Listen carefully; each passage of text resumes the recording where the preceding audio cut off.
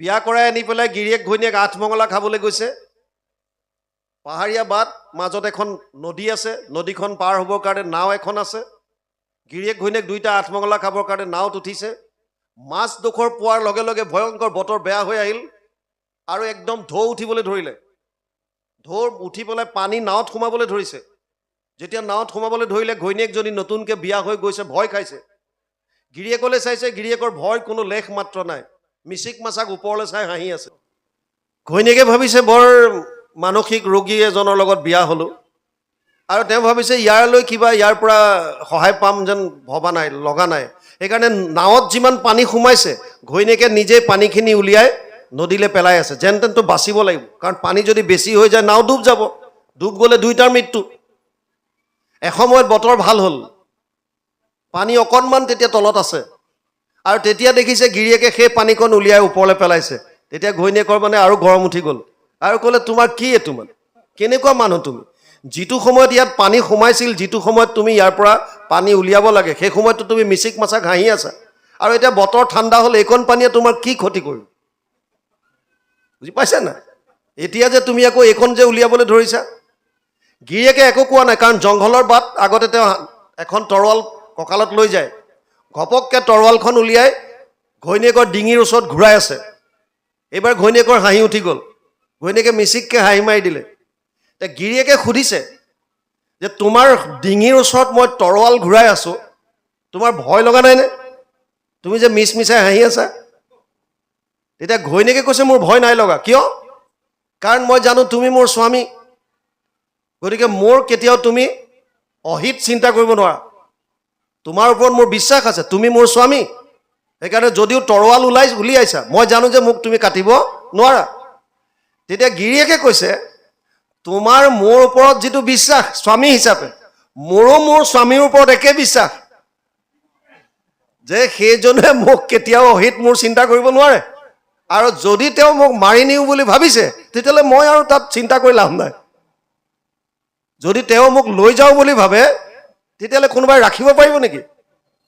আৰু যদি তেওঁ ৰক্ষা কৰোঁ বুলি ভাবে, তেতিয়া কোনোবাই মাৰিব পাৰিব নেকি? ৰাখে হৰি মাৰে কোন, মাৰে হৰি ৰাখে কোন? বুজি পাইছে নাই? গতিকে ইয়াত এতিয়া কৈছে, তাৰ পাছত কৈছে, দুৰাচাৰো তৰয়াত ইটো কোনো চিত্ৰ, চাণ্ডালকো কৰয় মোৰ ভকতি পবিত্ৰ, চাৰিও বেদৰ তত্ত্ব কৰিয়া নিশ্চয়, অৰ্জুনতো গীতাত কৈছা কৃপাময়। দুৰাচাৰো তৰয়াত ইটো কোনো চিত্ৰ, চাণ্ডালকো কৰয় মোৰ ভকতি পবিত্ৰ, মামি পাৰ্থ ব্যপাশ্রিত যে অপিষু পাপজনয় স্ত্রী বৈশ্যস তথা শূদ্রস্তে অপি যান্তি পরম গতিম। যিমানেই বাসনাযুক্ত নহওক, যিমানেই নিষ্কুলত নাথাকক, অন্ত্যজাতি পাতকীও যদি নাম লয়, ভগৱানত যদি শৰণ লয়, তেওঁলোকেও পৰম গতি লাভ কৰিব পাৰিব। ইয়াত কোনো সংশয় নাই। ইয়াত কৈছে, চাৰিও বেদৰ তত্ত্ব কৰিয়া নিশ্চয়, অৰ্জুনতো গীতাত কৈছা কৃপাময়। ঋগ্বেদ, সামবেদ, যজুৰ্বেদ, অথৰ্ববেদ, চাৰিখন বেদ আছে। ঋগ, সাম, যজুৰ, অথৰ্বৈক্য, চতুৰ্বেদ ঊৰ্ধতে 1:4:20, প্ৰথম স্কন্ধ 4ৰ্থ অধ্যায় 20 নম্বৰ শ্লোক, গীতা ভাগৱত। তাত কৈছে চাৰিখন বেদ। ইয়াত এতিয়া গুৰুজনে লিখিছে, চাৰিওখন বেদৰ সাৰ মৰ্ম উলিয়াই, কাৰণ বেদ বেদান্তৰ সাৰ হৈছে গীতা ভাগৱত। গতিকে গীতাত ভগৱান কৃষ্ণই 700 শ্লোকৰ শেষত অৰ্জুনক এটা কথাই ক'লে যে চব বাদ দি তই মোৰ ওচৰত শৰণ ল, তোক মই সমস্ত পাপৰ পৰা পৰিত্ৰাণ কৰি লৈ আহিম, উদ্ধাৰ কৰিম। তপজপ পৰম সন্ন্যাস মহাদানে, আমাক নপাৱে আমাক সাংখ্যযোগ তত্ত্ব জ্ঞানে, কেৱল ভকতি মাত্ৰ মোক কৰৈ বৈশ্য, কহিলো উদ্ধৱিতো তোমাত ৰহস্য। 3টা মাৰ্গৰ কথা অলপ আগতে পাতিছিলোঁ। এটাত আছে যাগ যজ্ঞ পূজা পাতল এইবিলাক। জ্ঞান মাৰ্গটোত আছে তপ জপ, এইখিনি সন্ন্যাস ব্ৰত ধাৰণ কৰি। এই 2টা মাৰ্গৰ কথাটো বুজি লওক। উদ্ধৱক প্ৰথমতে কৈ গ'ল, জ্ঞান কৰ্ম ভকতি কহিলো কৰি ভেদ, ভকতি পৰম পন্থ দিলো পৰিচ্ছেদ। ইয়াৰ আগত অলৰেডি গৈছে। ইয়াত 3টা মাৰ্গৰ কথা ক'লে। কি 3টা মাৰ্গ? কৰ্ম মাৰ্গ, জ্ঞান মাৰ্গ, ভক্তি মাৰ্গ। কৰ্ম মাৰ্গটোত কি? য'ত যাগ যজ্ঞ পূজা পাতল এইবিলাক আছে। জ্ঞান মাৰ্গটোত কি? য'ত সন্ন্যাস ব্ৰত ধাৰণ কৰি ধ্যান ধাৰণা সমাধিৰ দ্বাৰা নিৰ্গুণ নিৰাকাৰ ব্ৰহ্মক সমাধিত সাক্ষী কৰিবৰ কাৰণে চেষ্টা কৰে। ভগৱানে গীতাত অৰ্জুনক এটা কথা কৈছিল, সমহম সৰ্বভূতেষু নামে দেশ অস্তি না প্ৰিয়। নৱম অধ্যায় 29 নম্বৰ শ্লোক। মই সকলোৰে কাৰণে সমান, মোৰ কাৰণে কোনো প্ৰিয় নহয়, মোৰ কাৰণে কোনো অপ্ৰিয় নহয়, মই চবৰ কাৰণে সমান, নিউট্ৰেল। আৰু যদি নিউট্ৰেল হয় তেতিয়াহ'লে ইয়াত ভগৱানে কিয় পাৰ্চিয়েলিটি কৰিলে, পক্ষপাতি কিয় কৰিছে? কাৰণ তিনিটা মাৰ্গৰ, কৰ্ম মাৰ্গ, জ্ঞান মাৰ্গ দুটাক চাইড কৰি ভগৱানে উদ্ধৱক কৈছে, জ্ঞান কৰ্ম ভকতি কহিলো কৰি ভেদ, ভকতি পৰম পন্থ দিলো পৰিছেদ। ভক্তিক পৰম পন্থ মানে চূড়ান্ত মাৰ্গ বুলি কিয় ক'লে? কৰ্ম মাৰ্গটোৰ কথা বুজি লওক। এতিয়াও বহুতে যাগ যজ্ঞ পূজা পাতল কৰি আছে, কৰাত আপত্তি নাই। ভগৱানে উদ্ধৱক ক্লিয়াৰলি কৈছে, হে উদ্ধৱ, মন্ত্ৰস্য পৰিজ্ঞাতম কৰ্ম সুধীৰ মদ অৰ্পণম ধৰ্ম সম্পদতে ষডভি অধৰ্মস্য বিপৰ্যয়। 6টা বস্তু শুদ্ধ থাকিব লাগিব যাগ যজ্ঞ পূজা পাতলত। স্থান, কাল, পাত্ৰ, দ্ৰব্য, মন্ত্ৰ, ক্ৰিয়া। ক'ত যজ্ঞ কৰিব এই স্থানটো শুদ্ধ হ'ব লাগিব। যি 28,000 ঋষি মুনিৰ কথা প্ৰথম স্কন্ধত আপোনালোকে পাই আহিলে, এই 28,000 ঋষি মুনিয়ে যজ্ঞ কৰিবৰ কাৰণে প্ৰয়াগ ক্ষেত্ৰত ভগৱান নাৰায়ণৰ দৰ্শন পায়। তেওঁক অনুৰোধ কৰিছিল, আমাক এটুকুৰা প্ৰপাৰ স্থান দিয়ক য'ত আমি 1000 বছৰ যজ্ঞ কৰিব পাৰোঁ। আৰু তেতিয়া ভগৱানে তেওঁৰ সুদৰ্শন চক্ৰ এৰি দিছিল আৰু কৈছিল, এই চক্ৰটো য'ত ৰৈ যায় তাত তোমালোকে যজ্ঞ কৰিবা। আৰু তাৰ মাজৰ নেমিবিলাক য'ত পৰি যায়, শলাবিলাক, ঋষিসকল সেই চক্ৰটোৰ লগত যায়। এখন অতব্য অৰণ্যৰ মাজৰ এটুকুৰা মুকলি ঠাইত চক্ৰটো ৰৈ যায় আৰু নেমিবিলাক পৰে। নেমিবিলাক পৰাৰ কাৰণে জেগাখনৰ নাম হ'ল নৈমিষ। আৰু ঘোৰ অৰণ্যত থকাৰ কাৰণে অৰণ্যটো যোগ হ'ল আৰু সেইকাৰণে আমি তাক নৈমিষাৰণ্য বুলি কওঁ। সন্ধি হৈছে।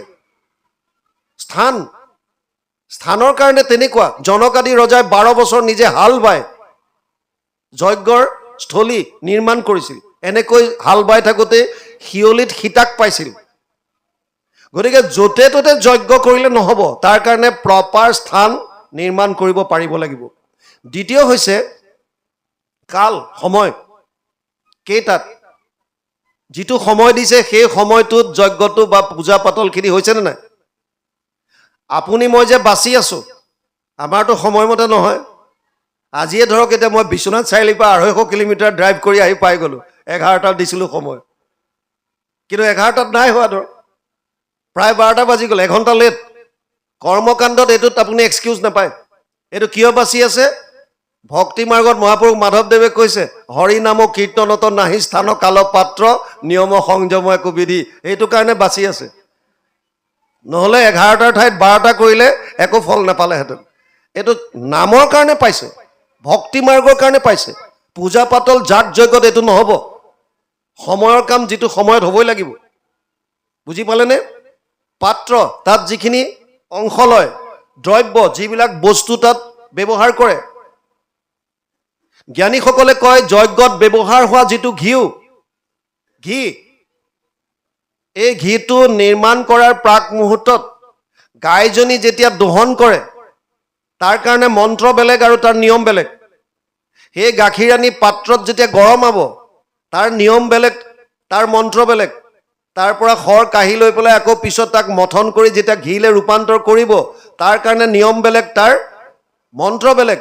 আৰু ফাইনেলি ঘি যেতিয়া জুইত, অগ্নিত যেতিয়া আহুতি দিব, তাৰ মন্ত্ৰ বেলেগ, তাৰ বিধি বেলেগ। ইমানবিলাক কোনে মানে? বুজি পাইছে নাই? আৰু আটাইতকৈ ডাঙৰ কথা হৈছে মন্ত্ৰ উচ্চাৰণ।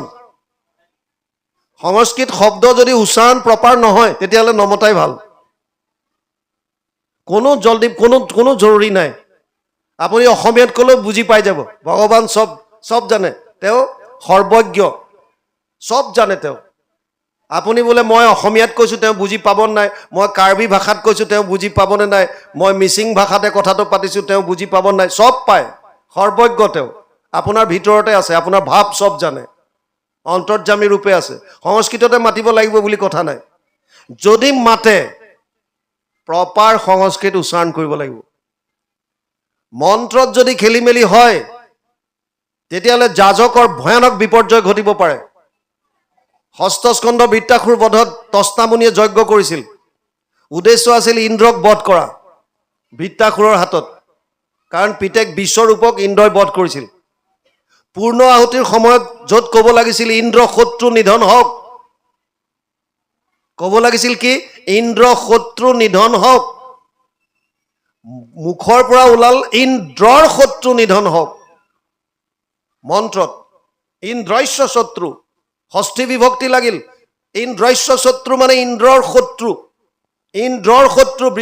গতিকে ইন্দ্ৰৰ শত্ৰু বৃত্তাসুৰ নিজে বধ হ'বলগীয়া হ'ল যাক বধ কৰিবলৈ মাৰি ইমানখান যজ্ঞ কৰিছিলে তাৰ কমপ্লিট উল্টা ফল পালে উল্টা সেইকাৰণে মন্ত্ৰবিলাক উচ্চাৰণ প্ৰপাৰলি কৰিব নোৱাৰিলে পুৰোহিতজনৰ একো নহয় যিজন যাজক সেইজনৰ বিপৰ্যয় ঘটিব পাৰে এয়া শাস্ত্ৰত লিখা আছে গতিকে ছটা বস্তুৰ শুদ্ধ থকাটো ইমান সহজ সাধ্য নহয় আৰু তাৰে উদাহৰণ দিবৰ কাৰণে প্ৰথম স্কন্ধত আপোনালোকে পঢ়ি আহিছে শৌনকে অলৰেডি সুতমুনিক কৈছিল শৌনক বদতি শুনা সুত মহামানী পৰম পাতকী কলি পাইলে হেন জানি আৰম্ভিলো যজ্ঞ আশী সহস্ৰ বছৰ হোমধুমে ধূম্ৰবৰ্ণ ভৈলা কলেবৰ যিটো কৰ্ম কৰোৱাত নাহিকে বিশ্বাস আপোনাৰ আয়ুস কৰিলো ব্যৰ্থে না 28 সহস্ৰ ঋষি বেদত প্ৰধান এই বেদজ্ঞ 28,000 ঋষিও 1000 বছৰ তপস্যা কৰি তাৰ একো ফল নাপায় তাত বিশ্বাস নাই বুলি প্ৰথম স্কন্ধ ভাগৱতত লিখি থৈ গৈছে গতিকে যেতিয়ালৈকে ভাগৱত অধ্যয়ন নহ'ব তেতিয়ালৈকে এই তত্ত্ববিলাক বুজি নাপাব দ্বিতীয়তে জ্ঞান মাৰ্গ চাওক য'ত নিৰ্গুণ নিৰাকাৰ ব্ৰহ্মক উপাসনা কৰে জ্ঞান মাৰ্গত যাবৰ কাৰণে প্ৰথমতে কেইটামান কোৱালিটিৰ প্ৰয়োজন শংকৰাচাৰ্যই কৈছে সম দম তিতিক্ষা উপ্ৰতি আৰু বহুত আছে ইয়াৰ ভিতৰত 4টা কৈছোঁ জ্ঞান মাৰ্গত যাবলৈ ধ্যান ধাৰণাত বহিবলৈ প্ৰথম কৈছে মনৰ সংযম লাগিব মনটো আমাৰ কোনে কণ্ট্ৰল কৰিব পাৰিছে অৰ্জুনৰ দৰে মহাপুৰুষক কৈ থৈ গৈছে চঞ্চলম হি মন কৃষ্ণ প্ৰমাথি বলৱৎ দৃঢ়ম তস্যাহম নিগ্ৰহম মন্যে বায়ুৰিব সুদুষ্কৰম 6ষ্ঠ অধ্যায় 34 নম্বৰ শ্লোক গীতা অৰ্জুনে কৈছে হে কেশৱ হে সখা মই যদি বায়ুকো প্ৰতিৰোধ কৰিব পাৰোঁ মই মনটোক কণ্ট্ৰল কৰিব নোৱাৰোঁ কাৰণ মন মোৰ বহুত চঞ্চল আৰু ভগৱানে স্বীকাৰ কৰিছে অসংশয় মহাবাহু মনো দুৰ্নিগ্ৰহম চলম অভ্যাসেনতো কৌন্তেয় বৈৰাগ্যেন চ গুজ্যতে 6ষ্ঠ অধ্যায় 35 নম্বৰ শ্লোক গীতা হে অৰ্জুন ইয়াত কোনো সন্দেহ নাই অসংশয় মন যে চঞ্চল ইয়াত কোনো সন্দেহ নাই তে অৰ্জুনৰ দৰে মহাপুৰুষে মনৰ ওপৰত কণ্ট্ৰল কৰিব নোৱাৰিলে আমাৰ যি খাদ্য অভ্যাসে ঠিক কৰিব পৰা নাই আমি মনৰ ওপৰত ক'ত কণ্ট্ৰল কৰিব পাৰিম গতিকে এইটো অসম্ভৱ মন কণ্ট্ৰল কৰিব নোৱাৰিলে আপুনি ইন্দ্ৰিয় দমন কৰিব নোৱাৰে আৰু তিতিক্ষা মানে সহনশীলতা গুণ গৰম ঠাণ্ডা ৰ'দ বৰষুণ আপুনি খাবলৈ পাইছে ক্ষুধা তৃষ্ণা এইবিলাকৰ ওপৰত সংযম কণ্ট্ৰল সহ্য কৰিব পৰা সহনশীলতা গুণটো লাগিব আপুনি জংঘলৰ মাজত গৈ পৰ্বতৰ ওপৰত গৈ বছৰ বছৰ ধৰি তপস্যা কৰিবলগীয়া হ'ব পাৰে পৰাশৰ বিশ্বামিত্ৰ আদি ঋষি মুনিৰো তপস্যা ভংগ হয় অপেশ্বৰী দৰ্শনত গতিকে ইমান সহজ কথা নহয় সেইকাৰণে আনকি বাদ দিয়ক যিজনে ব্ৰহ্মক সমাধিত সাক্ষাৎ কৰিছিল ব্যাসদেৱ প্ৰথম স্কন্ধত আপোনালোকে পাইছে নাই ব্যাসদেৱ যোনে ব্ৰহ্মক সমাধিত দৰ্শন কৰে সেই ব্যাসদেৱো বদৰিকাশ্ৰমত বহি আছিল উগুল থুগুল চিত্ত নাহি সুখ শান্তি নাজানন্ত কৃষক মনত গুণি গান্থি অধুমুখে বসি আছে হুয়া নিশ বদ সেই বেলা তৈতে আহি মিলিলা নাৰদ তাত নাৰদ আহি পাইছিলি গতিকে যিজনে ব্ৰহ্মক সমাধিত দৰ্শন কৰিছে সেইজনেও শান্তি পোৱা নাই সেইকাৰণে ভগৱানে গীতাত কৈছে ক্লেশো অধিকতৰস্তেষাম অব্যক্ত অশক্ত চেতসা অব্যক্ত হি গতিৰ দুখম দেহবদ্ভিৰ অৱাপ্যতে 12 অধ্যায় 5 নম্বৰ শ্লোক গীতা হে অৰ্জুন জ্ঞান মাৰ্গ অতি কষ্টকৰ গতিকে এইটো মাৰ্গটো সাধাৰণ মানুহৰ ইমান সফল হ'ব নোৱাৰিব সেইকাৰণে এই দুটা মাৰ্গ বাদ দি পেলাই সহজ উপায় এটা দিলে আমাক ভক্তি সেইকাৰণে উদ্ধৱক এই দুটা মাৰ্গৰ উপৰি ক'লে জ্ঞান কৰ্ম ভকতি কহিলো কৰি ভেদ মই তোমাক কৈছোঁ তিনিটা মাৰ্গ কিন্তু ভকতি পৰম পন্থ দিলো পৰিচ্ছেদ ভক্তিহে আচল ইয়াত এতিয়া কৈছে কেৱল ভকতি মাত্ৰ মুক কৰৈ বৈশ্য কহিলো উদ্ধৱ এইটো তোমাত ৰহস্য কেৱল ভক্তিয়ে মোক বৈশ্য কৰে এইটোৱে হৈছে আচল ৰহস্য। ডাঙৰ কথা হৈছে ভক্তি মানে কি? আমি যিটো ভক্তি আমি কেনেকৈ কৰোঁ? ৰাতিপুৱা শুৱাৰ পৰা উঠি গা চা ধুই গুৰুগৃহত সোমাই চাকি বন্তি জ্বলাই ধূপ দীপ জ্বলাই লৈ প্ৰাৰ্থনা এভাগ গালো বা নাম গালো, এইটোৱে কেৱল ভক্তি নে আৰু বেলেগ আছে? এইটো হৈছে ভক্তিৰ এটা মাত্ৰ পাৰ্ট, এইটো লাগিবই। আপুনি যদি ঈশ্বৰত শৰণ লৈছে তেতিয়াহ'লে গুৰুগৃহত ৰাতিপুৱা নিজে শাৰীৰিকভাৱে কায়িকভাৱে পৰিষ্কাৰ পৰিচ্ছন্ন হৈ গুৰুজনাৰ ওচৰত গৈ আপুনি চাকি বন্তি জ্বলাই নীতি নিয়মৰ মাজেৰে শৰণ ভজন যোনে যেনেকৈ লৈছে সেই কৰ্মখিনি কৰাটো আপোনাৰ এটা দৈনন্দিন এইটো এটা কাৰ্য, এইটো নিয়ম। কিন্তু এইটোৱে কেৱল ভক্তি নহয়, এইটো ভকতিৰ এটা মাত্ৰ অংশ। ভক্তি মানে কি? নাৰদে কৈছে স্বস্মিন পৰম প্ৰেম অমৃত স্বৰূপাছ। ভক্তি মানে পৰম প্ৰেম, ভাল পোৱা। ভাল পাব লাগিব আপুনি। কাক? এতিয়া গুৰুজনাৰ তত্ত্বটো আহিছে, উদ্ধৱক বৈকুণ্ঠ প্ৰয়াণৰ প্ৰাক মুহূৰ্তত যিটো কৈছে। কি ক'লে? সমস্ত ভূতত ব্যাপী আছো মই হৰি, সবাকো মানিবা তুমি বিষ্ণু বুদ্ধি কৰি। সেইটো ভক্তিৰ আচল তত্ত্বটো ইয়াত সোমাই আছে। আপুনি সকলোকে ভাল পাব শিকিছেনে নাই কৃষ্ণময় দেখি? যত দেখা যত শুনা ভূত ভৱিষ্যত স্থাৱৰ জংগময়িতো সমস্তে জগত, কৃষ্ণ ব্যতিৰেকে একো বস্তু নাহি জানা, সমস্তে জগত কৃষ্ণ হেন মনে মানা। গোটেই জগত কৃষ্ণময়। তেতিয়াহ'লে এই জগতখনক আপুনি ভাল পাইছেনে নাই? কুকুৰ মেকুৰী গাধ ঘোঁৰা যত যিমান আছে প্ৰাণী গছ বন, আপুনি ভাল পাব লাগিব। প্ৰত্যেকৰ শৰীৰত ভগৱান বিৰাজমান হৈ আছে। আপোনাৰ মনত যদি ঈৰ্ষা আছে, দ্বেষ আছে, কাৰোবাৰ প্ৰতি যদি নিন্দাৰ ভাৱ আছে, তেতিয়াহ'লে আপুনি ভক্তি কৰা নাই। অন্তৰ সৰল হ'ব লাগিব প্ৰথম কথা। যদি আপুনি ভাল পাইছে সঁচাকে। সূৰ্যই পোহৰ যেতিয়া দিছে, এনেকুৱা কৰা নাই যে চোৰটোক নিদিওঁ, মই ডকাইতটোক নিদিওঁ, কেৱল সৎ মানুহকেইজনকে দিওঁ, তেনেকুৱা নাই কৰা, চবৰ কাৰণে দিছে। আপোনাৰ প্ৰেমটো চবলৈকে হ'ব লাগিব। আপুনি আপোনাৰ কৰ্মখিনি কৰক। অহম সৰ্বেষু ভূতেষু ভূতাত্মানাম অৱস্থিত সদা তম অৱজ্ঞায় মাম মৰ্ত কুৰুতে অৰ্চ বিৰম্বনম। 3:29-21 তৃতীয় স্কন্ধ 29 নম্বৰ অধ্যায় 21 নম্বৰ শ্লোকত কপিল প্ৰভুৱে মাক দেৱহতীক কৈছে, মা সমস্ত ভূতত মই আছো সৰ্বক্ষণে, মোহক অৱজ্ঞা আতি কৰি যিটো জনে, বেদমন্ত্ৰে প্ৰতিমাত কৰয় অৰ্চন, নাহি তাৰ ফল কিছু হবে বিৰম্বন। যদি মোক বাদ দি, এই জীৱন্ত মূৰ্তিবিলাকক বাদ দি কোনোবাই যদি এটা জড় মূৰ্তিত ধৰি লৈ পেলাই তাত মই আছো বুলি সেৱা কৰি আছে, বাকীবিলাকৰ প্ৰতি বেয়া ভাৱ, তেতিয়াহ'লে তেওঁ একো ভক্তি কৰা নাইকিয়া।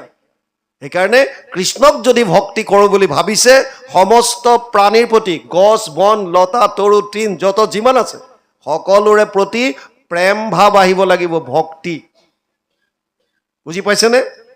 ইয়ালৈকে গৈছে নেকি বাপ? জগতৰ ধৰ্ম কৰ্ম কৰক সকলে, মোক আত্মা বুলি যিটো জানে যোগ বলে, তথাপি পবিত্ৰতাৰ নুহিতনু চিত্ত, নেৰাই মৃত্যু ভয় জ্ঞানী কৰ্মী কদাচিত।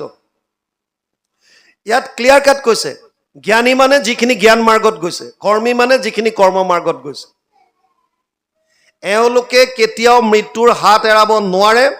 জগতৰে ধৰ্ম কৰ্ম কৰক সকলে, যিমান যেনেকুৱাই ধৰ্ম কৰ্ম আচৰণ নকৰক কিয়। বুজি পাইছে নাই? যেনেকুৱাই নকৰক, মোক আত্মা বুলি যিটো জানে যোগ বলে, কোনোবাই জানি ললে যোগৰ দ্বাৰা ধ্যানৰ দ্বাৰা ময়ে আত্মা, তথাপি পবিত্ৰতাৰ নুহি তনু চিত্ত,